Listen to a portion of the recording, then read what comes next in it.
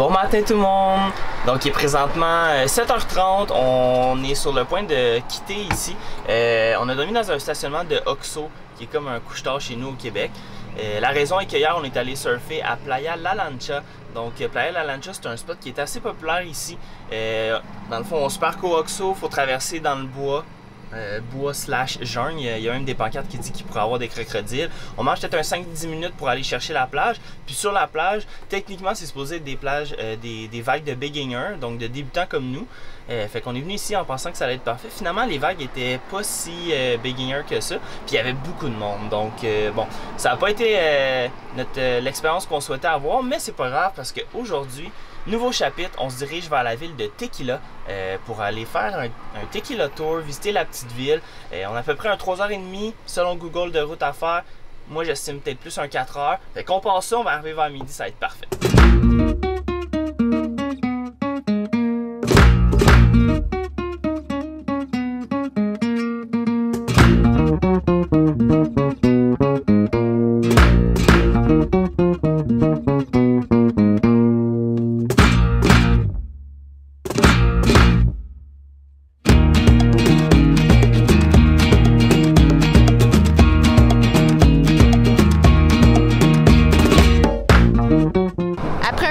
De route, on prend une petite pause pour sortir les chiens, prendre le temps de déjeuner et évidemment se faire un deuxième café pour la deuxième partie de la route.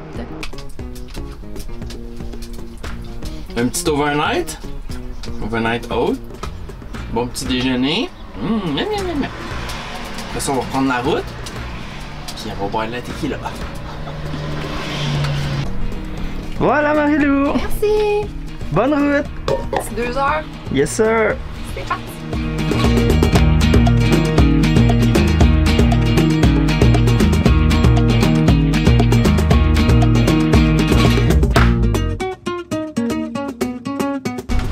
Ah non, on paye pas. Yes sir. Hey! Congé de paiement! Wouh! J'espère! On a payé le genre 2 minutes. On est content parce qu'on traverse vraiment beaucoup de postes de péage. Puis c'est quand même assez cher. Là. Ça revient environ en canadien à 15$ en moyenne par péage. Puis on peut en passer 3 ou 4 là, dans une journée de route. Fait que, ça fait cher un peu, mais on prend ces routes-là parce qu'on se sent plus en sécurité, puis techniquement, on se posait plus belle. Ça fait du bien de voir le paysage changer. Ça fait 5 mois qu'on est sur le bord des plages. C'était paradisiaque, c'était super beau. Mais là, ça fait changement. On rentre dans les montagnes avec les forêts. Il fait déjà un peu plus frais, humide, mais frais. Puis on a déjà vu nos premiers champs d'agave. Puis comme on s'en va dans la ville de Tequila, ben, c'est ça le but, c'est d'aller voir les champs d'agave, de faire un tour, parce que le tequila est fait à base d'agave, donc c'est super beau parce que c'est un peu bleu, donc de loin ça fait vraiment des beaux paysages.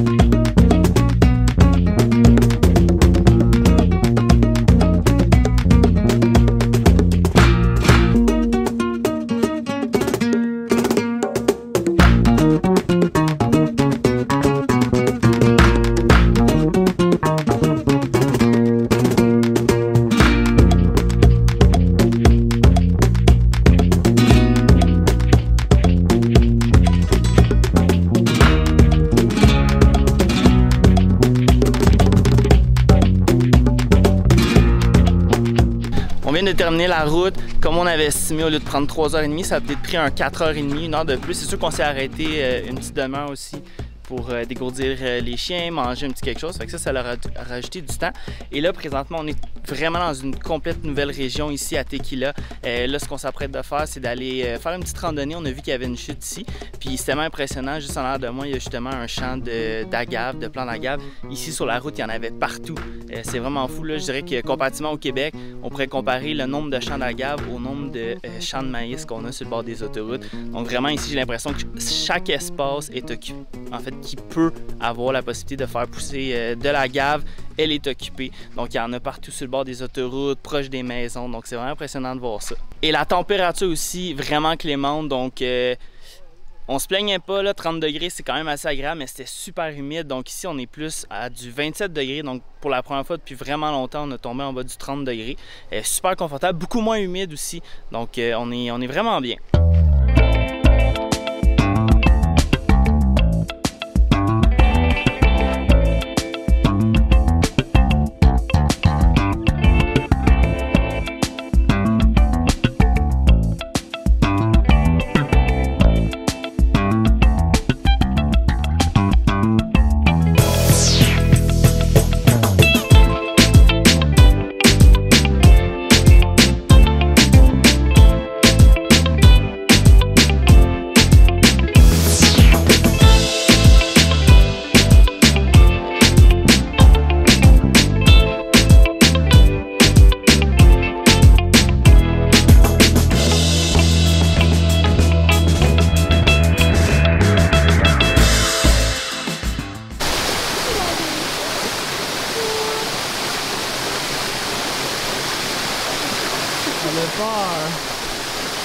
Léna?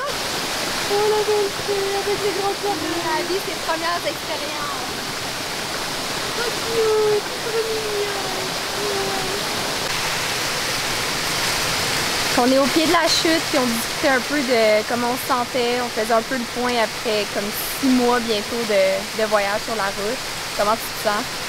En fait, je me sens vraiment bien. Je me rends compte que, tu sais, au Québec, on fait beaucoup de randonnées, on fait du plein air. Ça fait comme partie de nous, puis je le savais pas avant de me rendre ici, mais d'être dans la nature comme ça, de pas trop savoir il est quelle heure, de pas entendre le son de la ville, ça me fait vraiment du bien.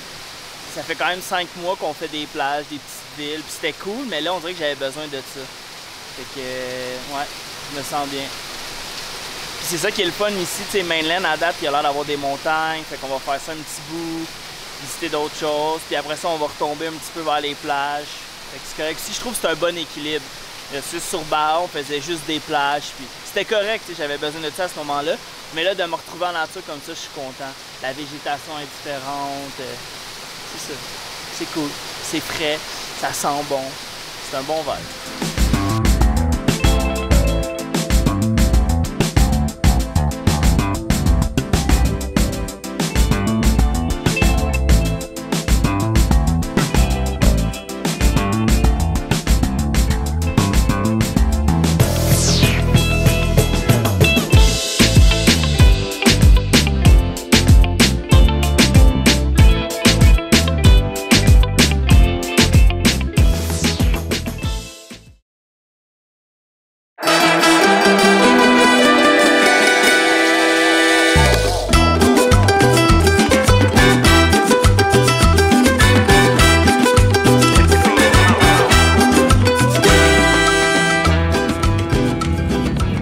On a marché même pas 100 mètres, puis on a vu une petite place pour se faire servir des margaritas, paloma, tout ce qui est avec la tequila. On pouvait pas résister, on est ici. Yes.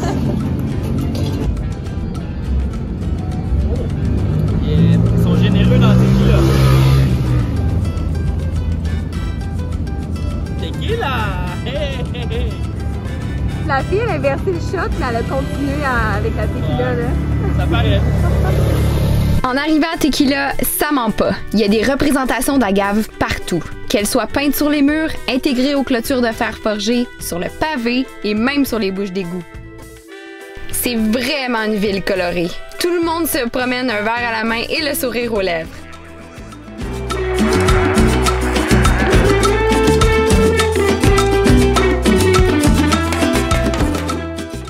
Round 2, pas tout à fait parce qu'on a jeté le premier, il était tellement mauvais. La fille, je pense qu'elle a mis du sel dans le fond à ne pas faire.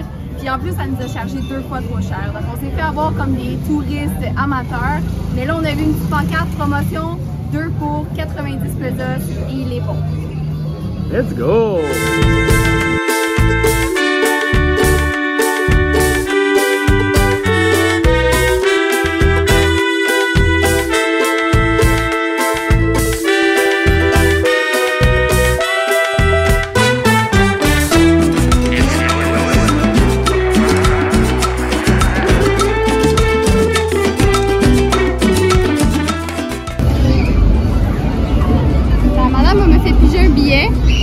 Où est-ce qu'on s'en va, On a gagné quelque chose. On a gagné quelque chose. On est tellement chanceux.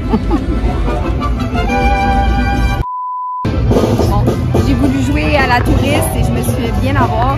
C'est un attrape touriste d'affaires que tu lances une fléchette et que tu peux obtenir une télé à vraiment moindre prix.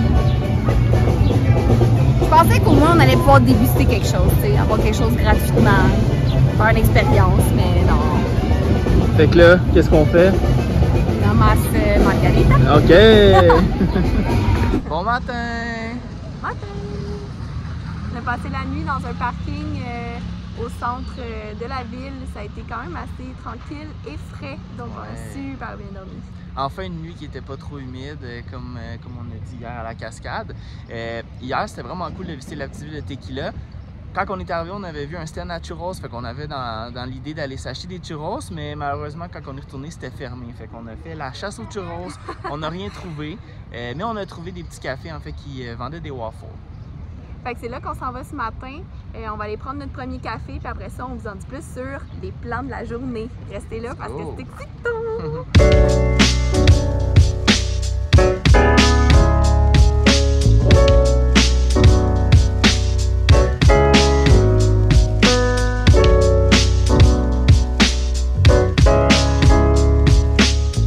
Donc on s'est assis sur une petite terrasse à l'extérieur avec nos fameuses gaufres qu'on avait vues hier.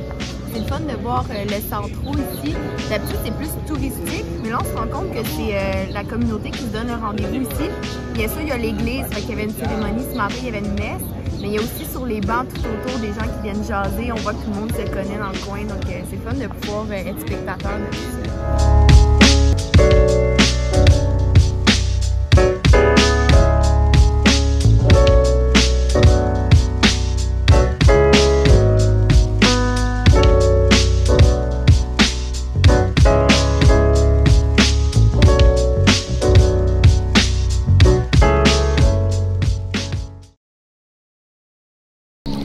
Fait que c'est ça le fou plan de la journée. Ben non, c'est même pas ça. Le plus beau, là, c'est qu'à 5 h, on a un rendez-vous avec le propriétaire du domaine pour faire un tour de la distillerie. Puis pendant ce temps-là, ben, il nous a dit qu'on pouvait profiter de la piscine. Puis on peut même passer la nuit ici. Fait que on va vraiment en profiter. Puis peut-être acheter de la tequila aussi.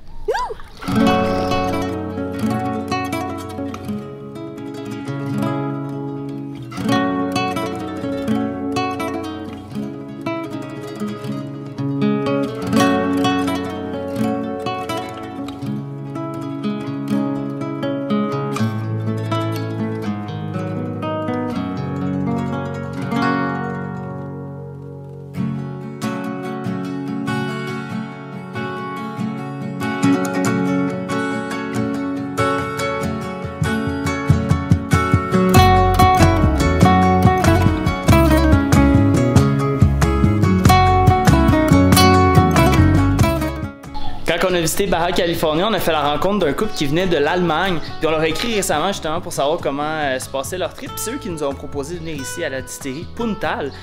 Puis à date, on est vraiment séduits en fait parce qu'en plus de pouvoir visiter l'installation, donc la distillerie, d'avoir la dégustation, on peut profiter de l'emplacement. Donc il y a une piscine, on va pouvoir dormir ici. C'est une expérience qui est totalement différente de ce qu'on a fait hier en visitant la ville parce qu'aujourd'hui, on va vivre vraiment l'expérience d'être chez l'habitant. Alors on a vraiment hâte de découvrir ça. Puis bien sûr, d'aller faire la petite dégustation plus tard en jour.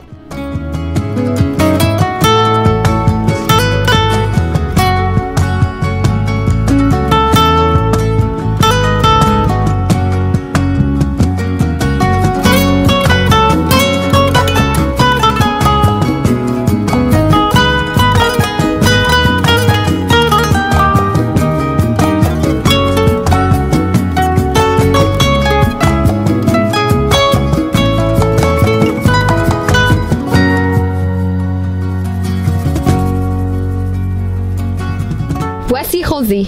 C'est le propriétaire de la distillerie et ancien maire de Tequila. Lors de la visite, il nous a raconté son histoire et celle de la ville. En plus de rencontrer un homme fort sympathique, on a appris qu'un plant d'agave pousse pendant 9 ans avant d'être cultivé. Il peut atteindre jusqu'à 2 mètres de hauteur et produire 3 à 4 bébés plantes. Pour la fabrication de la tequila, seul le cœur de l'agave est utilisé pour son sucre. Les feuilles, quant à elles, vont être récupérées pour la fibre. Bien sûr, on a visité les champs d'agave bleus et les installations de la distillerie artisanale.